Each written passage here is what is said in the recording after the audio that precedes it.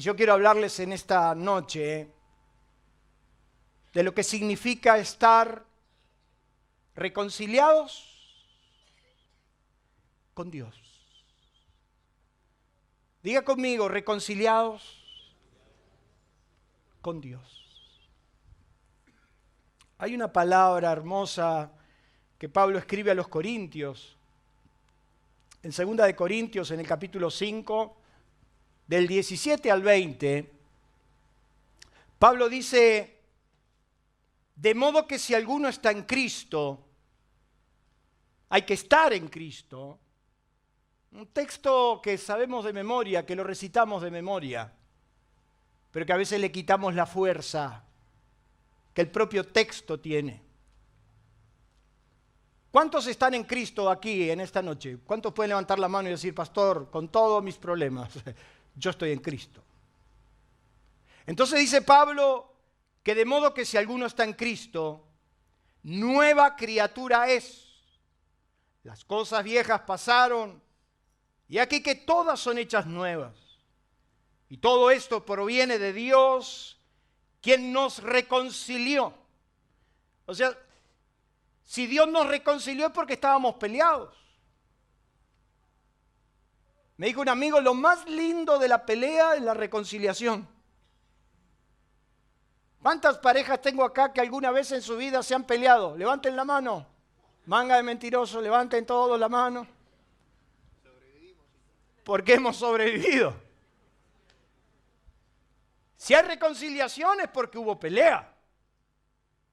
Y solo hay pelea cuando dos quieren.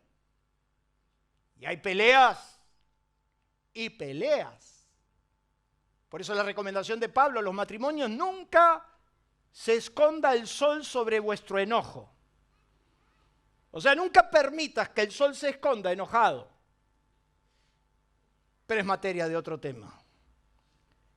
Dice, ¿quién nos reconcilió consigo mismo por Cristo? Y nos dio el ministerio. Y yo quiero que usted subraye esa palabra, porque Pablo está diciendo que hemos sido reconciliados con Dios. Y a la vez que fuimos reconciliados con Dios, Él nos dio el ministerio de la reconciliación. Decirle al que tenía al lado, tenés ministerio. Viste que hay veces hay unas ganas de decir, ¿y qué ministerio tenés acá vos? Como me dijo una vez vino a mi oficina, se me sentó y me dijo, ¿y si yo me vengo a esta iglesia, qué ministerio usted me da? La miré y le dije, ninguno. Entonces decirle al que tenía al lado, tenés ministerio. Y nos dio el ministerio de la reconciliación. Que Dios estaba en Cristo reconciliando consigo el mundo. No tomándoles en cuenta a los hombres sus pecados. Y nos encargó a nosotros. ¿Qué cosa? Dígamelo usted. La palabra de la reconciliación. O sea, decirle al que tenía al lado, tenés la palabra de reconciliación. O sea, no solamente Dios te dio el ministerio de la reconciliación, sino que te dio la palabra de reconciliación. Y quiero que por favor usted lea el último versículo, porque es para llorarlo.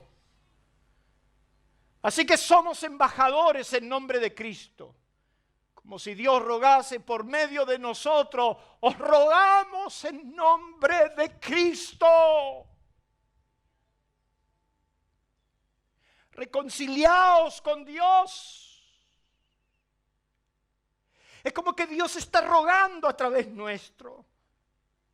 Es como que Dios está rogando a través de un futbolista, a través de un piloto, a través de un artista, a través de un ingeniero, a través de un arquitecto, a través de un empleado, a través de un tornero, a través de un taxista.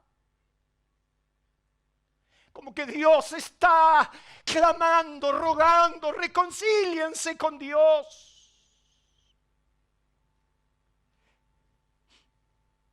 Otra traducción cuando lee este versículo dice, en nombre de Cristo les rogamos, déjense reconciliar con Dios. Y otra traducción dice, por eso de parte de Cristo le pedimos, hagan las paces. Hagan las paces con Dios. Hacer las paces. Cuando estás peleado, cuando no te podés mirar a los ojos, cuando estamos avergonzados de nosotros mismos. Hacer las paces, estar espalda contra espalda en la cama y ver la forma, ¿verdad? Entonces ahí mandamos el misionero oculto, el dedito gordo que busca, ¿verdad?, algún contacto, alguna seña. Claro, no estás para decir, qué tiempo loco hoy, ¿eh? No. El silencio es mortal, el clima se corta con un hacha. Y ahí estamos, espaldas con espalda, y hay que hacer las paces. El pastor dijo que hay que hacer las paces. Y después de las paces viene la reconciliación. Y entonces ahí mandamos al misionero.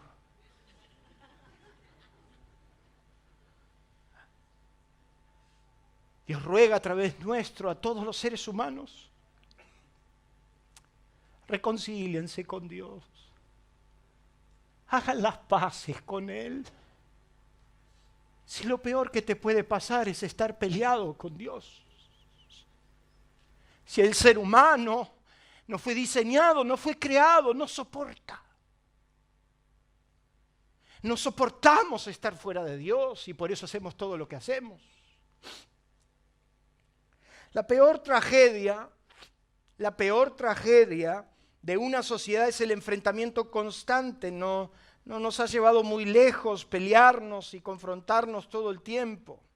Sin lugar a dudas, la enemistad es el sufrimiento interno que nos deja sin fuerza y acorta nuestro potencial. Yo quiero que usted piense en esas palabras. Porque la enemistad es un sufrimiento interno. Es algo que te va comiendo por dentro. Es algo que acorta tu potencial cuando estás peleado con alguien y sobre todo con alguien que amás. ¿A usted nunca le pasó que todo su potencial, su capacidad, su estructura mental, todo lo que tendría que estar a disposición del crecimiento, de las nuevas ideas, de la invención, del ir para adelante, de la proyección, toda esa capacidad innata en el ser humano de golpe se concentra en la enemistad? Mirá lo que te dijo, mirá lo que te sacó, mirá lo que hizo, mirá cómo lo hizo, y verdad, y vamos retroalimentando. Entonces estamos enemistados y nos desdibujamos y nos imaginamos respuestas, preguntas. ¿Usted nunca ha tenido, por ejemplo, un diálogo sordo? ¿Nunca lo han sorprendido, por ejemplo, hablando solo? En más de una oportunidad yo estaba en la mesa y mi hija le dice a mi esposa, papá otra vez está hablando solo. Toda esa inventiva, esa capacidad que Dios te dio para desarrollarte, para capacitarte, para echar para adelante, para pensar en cosas nuevas, la concentraste en la enemistad, la concentraste en pelearte con el otro o en el defenderte del otro. Y ya lo dice la Biblia gaucha. Los hermanos sean unidos porque esa es la ley primera, tengan unión verdadera en cualquier tiempo que sea, porque si entre ellos se pelean, los devoran. La verdadera inscripción es los de afuera. Así que usted diga los de afuera, no diga lo que lo quiero escuchar, los de afuera. Así nos va. Cuando nos peleamos entre nosotros y cuando nos enfrentamos, los de afuera sacan partido. Y en Dios no es la excepción. Es por eso que el libro de Proverbios dice, escuche bien, que el hermano ofendido es más tenaz que una ciudad fuerte. Y que las contiendas de los hermanos son como cerrojos de alcázar. No. Si la enemistad no nos ha llevado a buen término, si el enfrentarnos constantemente no nos ha dado buenas cosas, es como cuando estábamos en mi iglesia, donde yo nací, donde era una guerra total, unos contra otros, y entonces alguien me decía, y todos nos decíamos, hay que quedarse a pelear. Y entonces yo decía, quedarnos a pelear significa que hay una guerra. O sea, es asumir que hay una guerra. Y no tendría que haber una guerra, porque el apóstol San Pablo a los Gálatas le dice, porque toda la ley de esta sola palabra se cumple, amarás a tu prójimo como a ti mismo. Pero si os mordéis, si os coméis unos a otros, mirad también que no os consumáis. De tanto mordernos, nos vamos a comer. De tanto enfrentarnos, sin darnos cuenta que lo más lindo que nos podría pasar en la vida es fluir todos como un solo cuerpo. ¿Cuántos dicen amén? En Dios es exactamente lo mismo. Y por eso te quiero hacer 3 preguntas que me gustaría que usted me responda con la sinceridad más absoluta. De hecho, voy a agarrar un micrófono para que me conteste. La primera pregunta es, si te peleaste alguna vez con alguien que amabas. Levanten la mano los que en algún momento de su vida se han peleado con alguien que amaban en serio. Levanten la mano. Todos. La segunda pregunta es, ¿cómo se siente? Horrible. Porque con el mismo amor, con la misma intensidad que amabas, ahora odias. Alguien me dijo que el odio es amor podrido. Y es correcta la apreciación.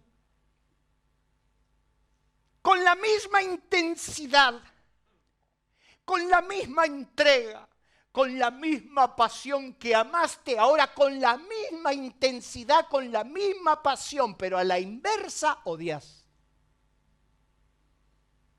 La crónica del que se separa, por ejemplo. Cuando usted, por ejemplo, escucha a un recién divorciado, alabado sea Cristo. Te hablan lengua, esa es una la cagaza, la raza. Y parece que todos los defectos son de ellas. Si yo me sentaría con ella, me daría exactamente la otra versión, pero de él. A los pocos años o a los pocos meses, y en algunos casos a los pocos días, lo ves al hombre que cambia su perfil, que se peina, se viste, se pone a dieta, porque ya anda a la casa. Y entonces al poquito tiempo te empieza a contar que esta que encontró ahora es mucho mejor que la de antes. Porque la de antes era esto, hacia lo otro, hacia lo otro, hacia lo otro, pero esta no. Solamente que a los 4 o 5 años lo encuentro, que lo mismo que me decía de la anterior, me dice de esta.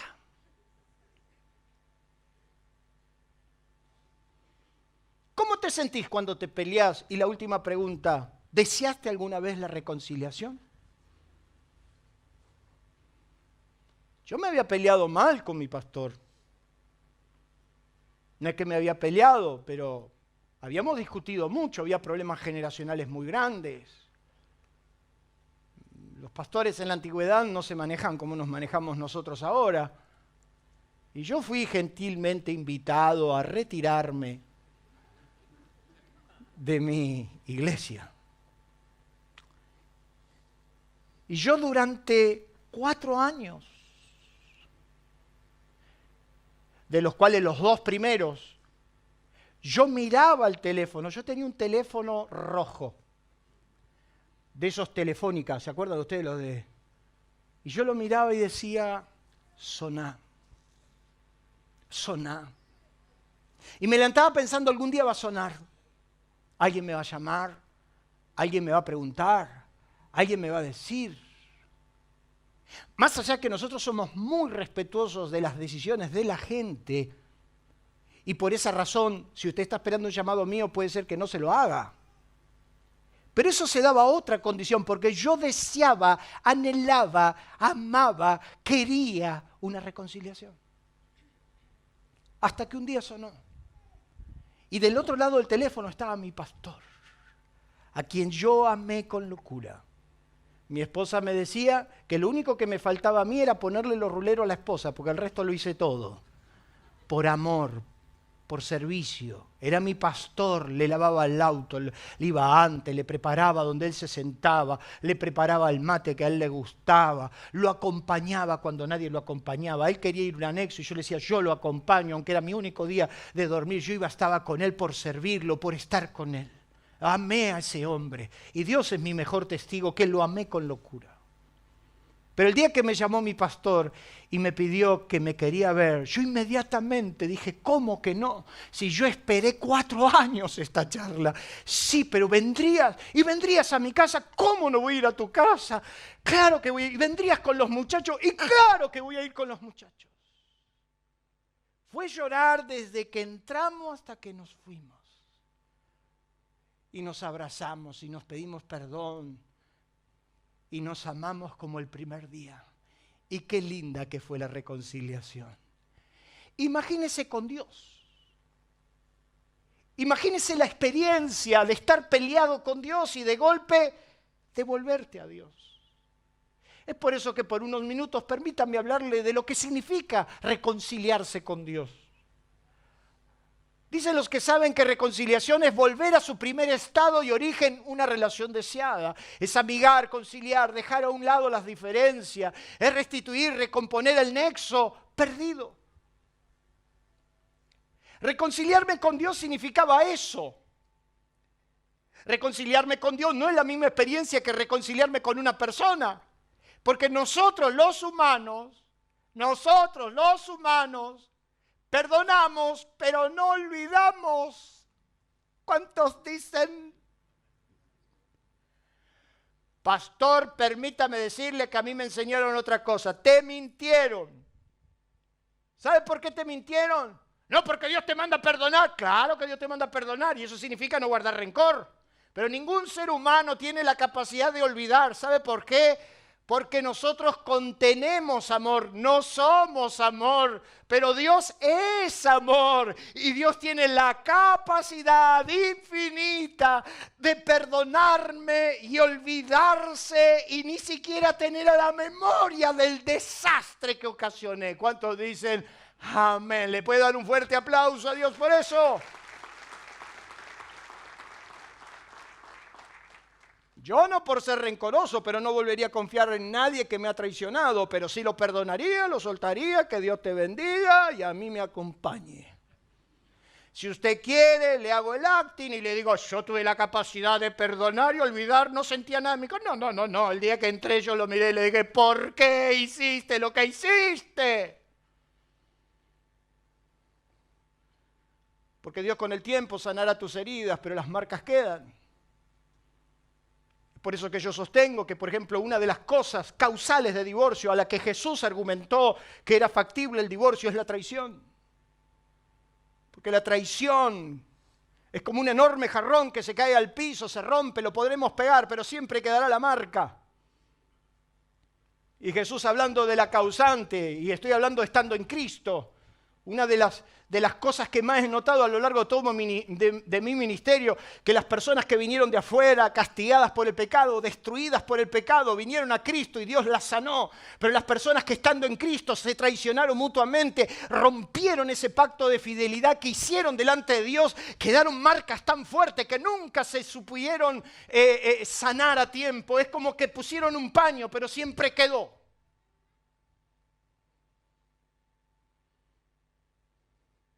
Porque tenemos el amor de Dios, pero no somos amor. Pero Dios, en cambio, a través de la reconciliación, Él volvió a nuestro primer estado. ¿Qué significa eso? Que cuando usted se peleó con Dios en el huerto del Edén, todo lo que usted perdió en el huerto del Edén, Cristo vino a reconciliarnos con Él y a devolvernos la autoridad que perdimos en el Edén. Es como que Dios no solamente quiso volver al origen de la relación, sino que también nos amigó, nos concilió, limó las diferencias. Y entonces Pablo dice que el Espíritu de Cristo que está con nosotros ruega todo el día y le dice a todo el mundo, te conviene amigarte con Dios. Y yo hoy te digo en el nombre de Dios a todos los que me están escuchando acá y afuera, te conviene amigarte con Dios. Denle un fuerte aplauso a Dios por eso.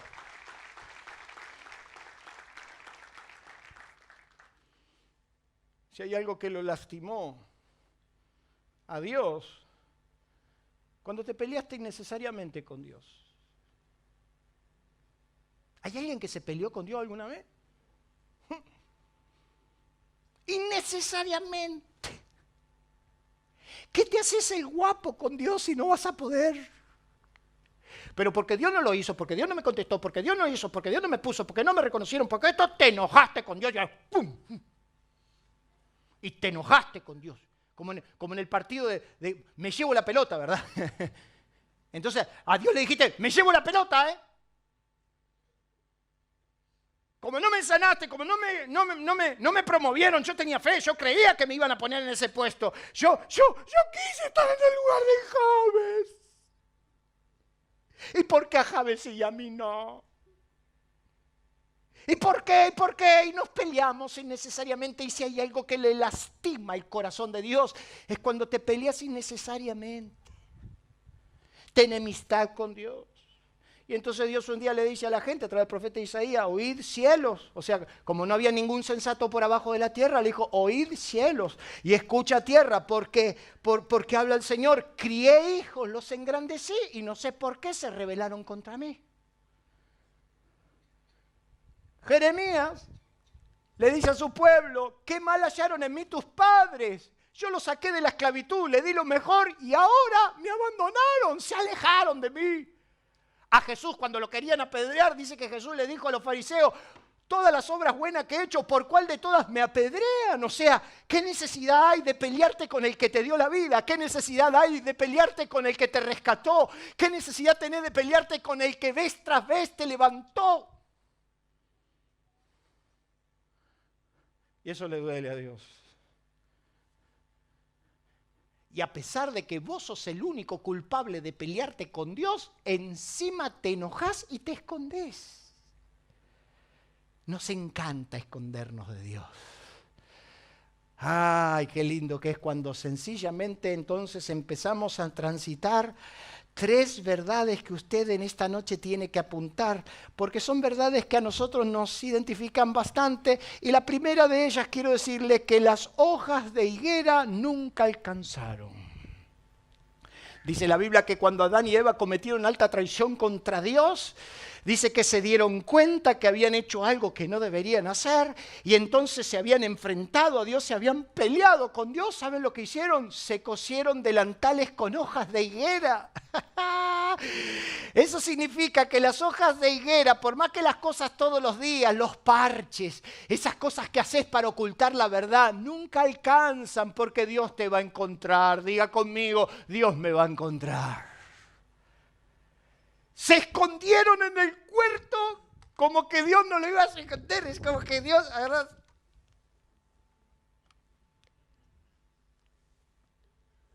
A ver si viene Dios. Y Dios diciendo, Adán, Adán, acá estoy. ¿A dónde te metiste? ¿Qué haces atrás del teclado? ¿Qué te pasa, Adán? Y sale el mozo con hojas de higuera, un delantal precioso. Y Dios le dice, pero ¿qué hiciste, Adán? ¿No te das cuenta que no hay forma de taparte de tu vergüenza? ¿Qué andas haciendo tapándote detrás del trabajo o de los estudios? No, pastor, no estoy viniendo últimamente, ¿sabe por qué? Mire, yo estoy rindiendo las materias. Estoy dando mi tesis. Mira vos. No, pastor, ¿sabe lo que pasa? Que últimamente estoy aprovechando el trabajo. En realidad, muchas de esas excusas son para taparnos. Para tapar nuestras excusas. Son parches que vamos poniendo que en realidad lo que nos está pasando es que nos hemos peleado con Dios y Dios en esta noche te pide que te reconcilies con Él. ¿Cuántos dicen amén? También quiero decirles que no existe un lugar en el mundo que te puedas esconder. El salmista David decía en el Salmo 139, ¿a dónde me huiré de tu presencia? ¿A dónde me esconderé? Porque si me voy al cielo, allí estás. Y si me voy al infierno, también estás. Y lo tercero que tenés que saber es que ninguno puede ocultar sus, ¿qué cosa? Dígame usted, pensamientos. Lo dijo Job, no hay pensamiento que se esconda de ti. O sea que frente a Dios usted está desnudo. Y entonces Dios nos plantea que sencillamente nos volvamos a Él. Entonces simplemente quiero que usted entienda a quiénes Dios le está planteando esta invitación. En primer lugar, mire lo que dice ahí. La invitación de reconciliarnos con Dios también es para los buenos que están equivocados. Veo que nosotros pensamos que el Evangelio es solo para los pecadores. Es más, hacíamos las reuniones para marcar a los pecadores, porque nosotros éramos los santos. Yo quiero decirle que el Evangelio también es para los buenos, pero que están medio equivocados. ¿Usted no conoce gente buena que también está equivocada? Gente buena. Yo, por ejemplo, quiero contarles que Nicodemo no era malo. Nicodemo era principal de los fariseos. Era uno de los que estaba ahí en el Sanedrín. Era uno de los que estaba porque era doctor de la ley. Si usted se pone a ver la vida de Nicodemo, Nicodemo era buen hombre, pero estaba equivocado. Diga conmigo, bueno, pero equivocado. Ay, cuando se lo encontró Jesús, allá en San Juan capítulo 3, le dijo Nicodemo, es necesario nacer de nuevo. Quiero decirte que tenés que nacer de nuevo, tenés que nacer otra vez. Yo no quiero subestimar a nadie, pero Nicodemo no era un Carlito. Nicodemo era un fariseo, era un tipo que sabía de letra, era un tipo que sabía de ley. ¿Cómo le va a plantear semejante respuesta a Jesús? Le dijo, pero ¿cómo un hombre, cómo ya siendo viejo puedo entrar otra vez en el vientre de mi madre? Mirá lo corto que estaba Nicodemo. ¿Cómo se atreve a pensar que Jesús le está planteando que se tenía que meter otra vez en la panza de la madre? Cuando él se acercó a Jesús le dijo, Maestro, nosotros sabemos que tú eres el Hijo de Dios porque nadie puede hacer lo que tú haces. O sea que tenía discernimiento, tenía conocimiento. Era bueno, pero estaba equivocado. Diga conmigo, bueno, dígalo fuerte, bueno, pero equivocado. O sea que se puede ser bueno y puedes estar peleado con Dios. Nicodemo tiene que nacer de nuevo, porque si no naces de nuevo, no puedes ver el reino de Dios. De cierto te digo que el que no naciere de nuevo no puede ver el reino de Dios. Y después le dijo, de cierto te digo que el que no naciere del agua y del Espíritu no puede entrar. Fíjese que Jesús le está hablando a Nicodemo, a un maestro de Israel, entrar en el reino y ver en el reino. Dos cosas distintas. Ver el reino es la salvación. Entrar en el reino es la dimensión del poder. Y entonces Nicodemo dice, ¿de qué me están hablando? Es como ves en las clases hay algunos que dicen, ¿de qué me está hablando? Nicodemo, tenés que reconciliarte con Dios, tenés que nacer del agua y del Espíritu. Si no naces del agua y del Espíritu no vas a entender lo que está pasando. ¿Qué quiere decir? Sos bueno, conoces los mandamientos, pero estás equivocado. Es como un día entró en mi empresa mis adorados amigos de AFIP. Me tocaron el timbre y me dijeron, ¡allanamiento! Y salimos volando por la puerta. Y entonces enseguida le abrimos la puerta y entró una oficial, entró bastante enojada. Vinimos a intimar por esto, le digo. Y entonces yo agarré y en el arrebato que me estaba diciendo todo, le digo, espere. Nosotros somos una empresa que paga, que estamos al día con todo. ¿Por qué nos viene así? Y me dice, usted paga, pero paga mal. O sea que no solamente hay que pagar bien. Nicodemo era un crack, pero no había nacido de nuevo. Y el no nacer de nuevo, lo único que te hace es pelearte con Dios. Tenés un montón de buenos conceptos, tenés un montón de buenos mandamientos, pero no estás en órbita con Dios. Y en esta noche a los buenos, que a veces están equivocados, Dios les dice, reconcíliense conmigo. ¿Cuántos dicen amén? Nicodemo tuvo que cambiar y reconciliarse con Dios. Y yo quiero decirle que la Biblia no nos dice, pero aparentemente así sucedió. Porque cuando vinieron los alguaciles, que los sacerdotes habían mandado a prender a Jesús, cuando volvieron y escucharon el recital de Jesús diciendo, si alguno tiene sed, venga a mí, beba, y de su interior correrán ríos de agua viva. Juan capítulo 7. Dice la Biblia que los alguaciles cuando escucharon eso dijeron que no lo pudieron prender. Y entonces volvieron a los sacerdotes y le dijeron, no los pudimos prender. ¿Cómo que no los prendieron? Jamás hombre alguno habló como este hombre. Y entonces dice que los fariseos se pusieron en pie y dijeron, ¿acaso ha creído alguno de nosotros ese impostor?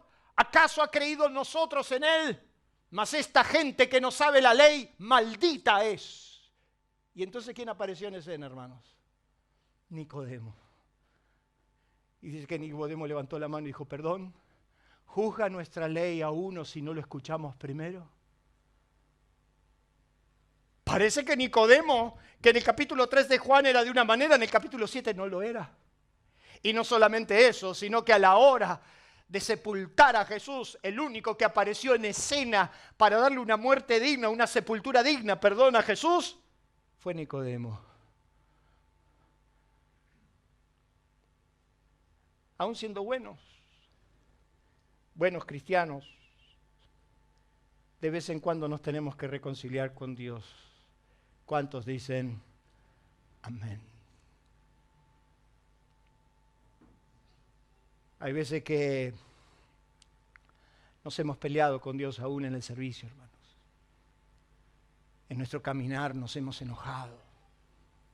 Y aún siendo buenos, tuvimos que reconciliarnos. ¿Para quién es esta invitación? La invitación también está planteada para los que se fueron demasiado lejos.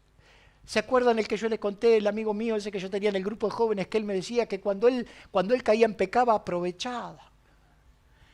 O sea que cuando él resbalaba, viejo, se iba lejos, bien lejos. Hay algunos que pecan más o menos, pero hay otros que pecan en serio, ¿verdad?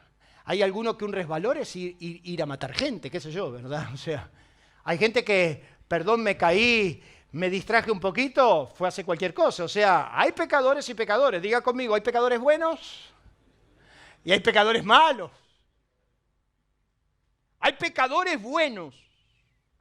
¿Qué es un pecador bueno? Uno que se enchastra bien enchastrado.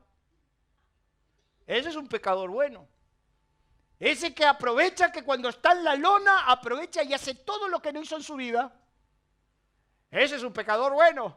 ¿Por qué? Hace honra a su título. Pero está el pecador malo. El que llega al 99.9. Pero los pecadores buenos son los que se van lejos. Y hay gente, mire hermano, una vez yo entraba a mi iglesia y teníamos uno que lo habíamos discipulado durante un tiempo y era una bendición en la iglesia. Era una bendición, usted lo veía, se había levantado, había salido la droga, había salido de todo. Ya daba testimonio, tenía una barca, en aquel tiempo se usaban las barcas. No sé dónde quedaron los marineros, pero teníamos barcas. Y tenía una barca y una subbarca. Y era el famoso de los 10, de los 12, de los 14, de los 24, de los 10.000. Y un día yo estoy entrando a la iglesia, Micaela era chiquita, iba entrando con Micaela de la mano y de golpe lo veo en la puerta de la iglesia y veo como que está medio tambaleando. Y yo dije, o está lleno del Espíritu Santo Y de repente cuando me acerqué, él me dice, Capurri, porque me decía así, Capurri, mirá cómo estoy, me dice. Y me abre la campera y tenía 2 fierros cruzados. Y le digo, ¿qué hiciste? No, estoy re mal, pintó el bajón y le di para adelante y salí de caño.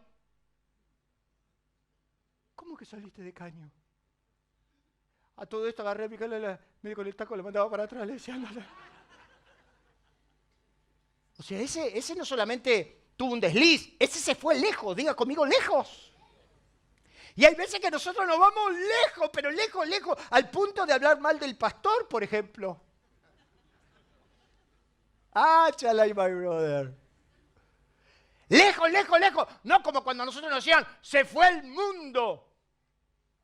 No, no, ese se fue lejos, se embarró, como el hijo pródigo, se embarró, agarró todos los bienes, se fue a una provincia apartada. Eso significa que no solamente se fue de la casa, se fue de sus perímetros, o sea, hasta cambió de identidad. El tipo dijo, no soy argentino, es como los que se van a Uruguay.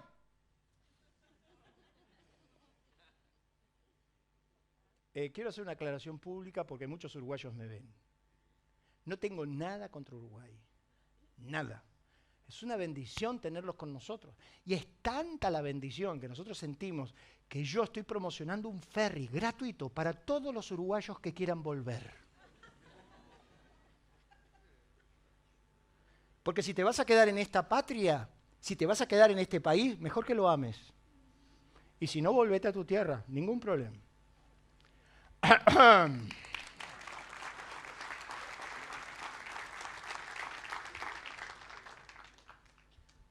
Los argentinos que hicieron la fortuna acá se van a Uruguay, porque allá no pagan impuestos. Mirá qué lindo que son. No solamente renuncian de irse de acá, sino que hasta se cambian de ciudadanía. El hijo pródigo se fue de su casa, agarró toda su fortuna y se fue a una provincia apartada. O sea, renegó de su identidad. Renunció a su identidad. Es como el que no solamente se va de la iglesia, sino que reniega de la iglesia. Pero si la iglesia te vio nacer, pero si recibiste a Cristo, si tu vida cambió, si tu matrimonio transformó, ahora ¿qué te pasa que encima renegás de todo eso? Pero sin embargo él se levantó una mañana sabiendo que en la casa del Padre había abundancia de pan y dice que volviendo en sí, quiere decir que se había ido de sí, volviendo en sí dijo, ¿cuántos jornaleros en la casa de papá tienen abundancia de pan y yo acá me muero de hambre, me levantaré, iré? Y entonces a pesar de que se había ido lejos, cuando el Padre lo vio, corrió, lo besó, lo recibió, le dio calzado nuevo, vestimenta nueva, anillos nueva, ¿qué le significa? Le dio integridad, le dio nueva vida y le dio herencia. Aunque te hayas ido tan lejos, aunque hayas renegado de Dios, el Padre te está esperando. Dele un fuerte aplauso a Dios por eso. No, me fui muy lejos, pastor.